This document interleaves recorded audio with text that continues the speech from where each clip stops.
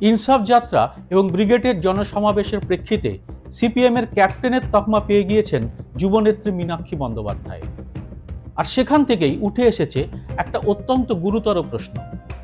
সেটি হলো, আগামী দিনে মমতার প্রতিদ্বন্দ্বী কি তবে মীনাক্ষী? বামেদের সংগঠন অন্য কোনো দক্ষিণপন্থী রাজনৈতিক দলের থেকে সম্পূর্ণ আলাদা। নেতা হওয়ার প্রক্রিয়াটিও এখানে একেবারেই ভিন্ন।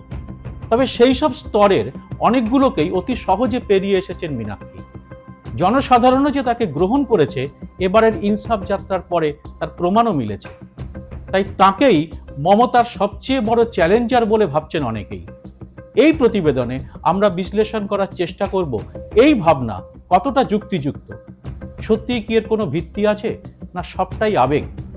এর আগে বাংলার দাপুটে বাম নেত্রীদেরও বা কিরকম ভূমিকায় দেখেছেন এ রাজ্যের মানুষ? জানতে দেখুন এই ভিডিওর পুরোটা।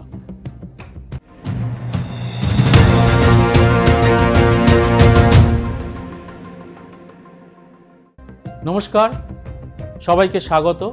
আমি সুব্রত বসু।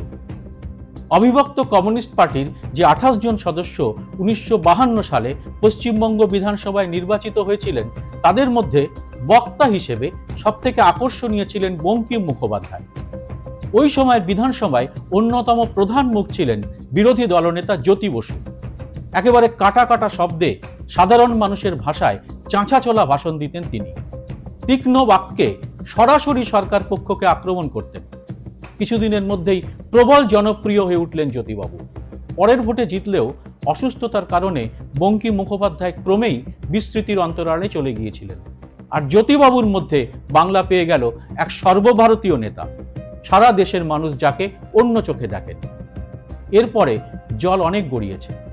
প্রবল জনপ্রিয়তা, অত্যন্ত সাদামাটা জীবনযাত্রা, গর্বিত সততা এবং রুচিশীল বাঙালির সংস্কৃতির প্রতীক হয়ে উঠে এসেছেন বুদ্ধদেব ভট্টাচার্য। বাংলার মানুষ তাকেও গ্রহণ করেছেন। তবে জ্যোতিবাবুর মতো সর্বভারতীয় উচ্চতায় উঠতে পারেননি তিনি। দলের কঠোর শৃঙ্খলার মধ্যে থেকেও তিনি বাংলার তরুণদের জন্য চেষ্টা চালিয়েছেন শিল্পে বিনিয়োগ আনার। এজন্য তাকে দলের ভেতরেও কম লড়াই করতে হয়নি। কিন্তু সিঙ্গুর উত্তর পর্বে ট্রাজিক নায়ক হয়ে বিদায় নিতে হয়েছে তাকে। এরপরে আর না রাজ্য স্তরে না সর্বভারতীয় স্তরে আর কোনো বাম নেতা এরকম দাগ কাটতে পারেননি। দক্ষিণপন্থী রাজনৈতিক দলগুলিতেও মমতা বন্দ্যোপাধ্যায় তার লড়াকু ইমেজ নিয়ে একসময় সর্বভারতীয় জনপ্রিয়তা পেলেও সময়ের সঙ্গে সঙ্গে তার ধার কমেছে। বামপন্থী বহু প্রবীণ নেতা এখনো মনে করেন বিরোধী নেত্রী হিসেবে মমতা যতটা সফল, প্রশাসক মমতা ঠিক ততটাই ব্যর্থ। আর তার নমুনা বাংলার চারিদিকে তাকালেই স্পষ্ট চোখে পড়ে। এর উপরে বর্তমান পরিস্থিতি এমন দাঁড়িয়েছে যে নিজের তৈরি করা দলের উপরেও তার আর পুরোপুরি নিয়ন্ত্রণ আছে কিনা নবীন প্রবীণ দ্বন্দ্ব সে প্রশ্নও তুলে দিয়েছে। এই পরিস্থিতিতে আসানসোলের কুলটির স্কুলে পড়াশুনো, পরে বর্ধমান বিশ্ববিদ্যালয় থেকে ছাত্র রাজনীতির অঙ্গনে আসা মেয়েটি কোনোদিনও কি ভাবতে পেরেছিল যে তাকে একদিন ব্রিগেডের জমায়েতের প্রধান বক্তা হয়ে উঠতে হবে?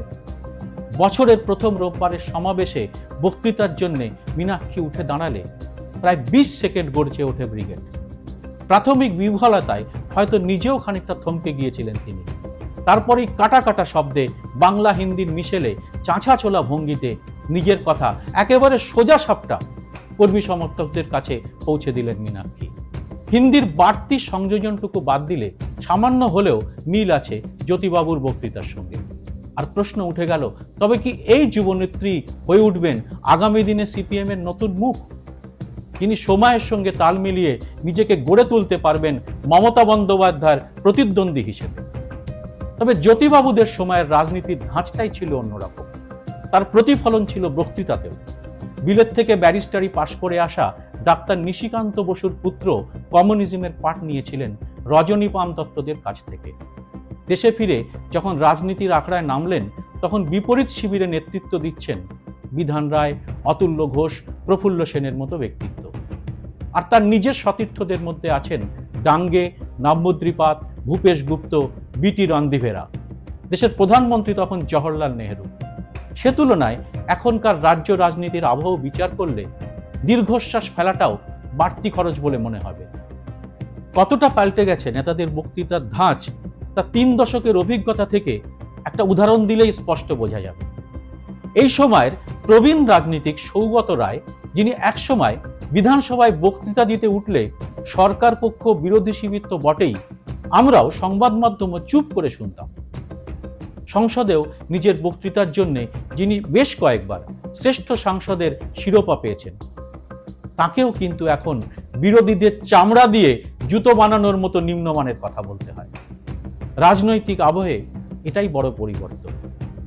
আর এই পরিবর্তিত সময়ের জন্য একেবারেই উপযুক্ত মীনাক্ষীরা, যেখানে মঞ্চের ভাষণটা টি-20ও নয়, আরো কয়েক ধাপ নেমে পাড়া ক্রিকেট টুর্নামেন্টের ব্যাকরণহীন খেলা হবে মার্কা রাজনীতি, যেখানে মঞ্চে দাঁড়িয়ে অনায়াসে যা খুশি বলে হাততালি আদায় করা যায়, তা কখনো গুন্ডাদের কন্ট্রোল কলি বলেই হোক বা দিদি ও দিদি মার্কা কদর্যদায়ী হোক।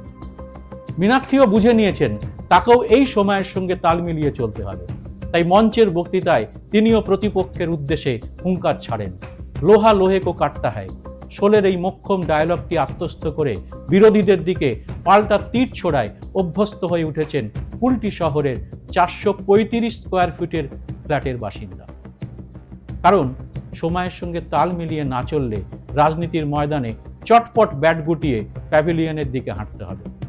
মনে করুন, সত্যজিৎ রায়ের নায়ক সিনেমার অল্প বয়সী নায়ককে পুরো শুটিং ইউনিটের সামনে বেইজ্জত করার জন্য প্রবীণ অভিনেতা বলেছিলেন, তুমি বলবে জল আর আমি বলবো তেল, তাহলে ব্যাপারটা মিলমিশ খাবে কি করে? এটাই আজকের জমানায় অন্তত রাজ্য রাজনীতিতে একেবারে খাঁটি সত্যি কথা। মীনাক্ষীরা বুঝেছেন কর্মী সমর্থকদের চাঙ্গা করতে গা গরম করতে হবে বিপক্ষের কায়দাতেই, তবে অবশ্যই কদর্যতা বর্জন করে। তৈরি করতে হবে রাজনীতির নতুন ভাষাও। কিন্তু মেঠো বক্তৃতায় হাততালি পাওয়া আর ভোটের ময়দানে এসে লড়াই করা পুরোপুরি আলাদা। এবার আসা যাক গুরুত্বপূর্ণ সেই প্রসঙ্গে। লোকসভা ভোটে বামেদের কি মুখ রক্ষা করার মতো অবস্থায় ফিরিয়ে আনতে পারবেন মীনাক্ষী ও তার সঙ্গীরা? আগামীতে তিনিই কি হবেন বাংলার পরবর্তী মহিলা মুখ্যমন্ত্রী? এই প্রশ্নের উত্তর খুঁজতে ফিরে দেখতেই হবে তার পূর্বসূরি বাম নেত্রীদের দিকে।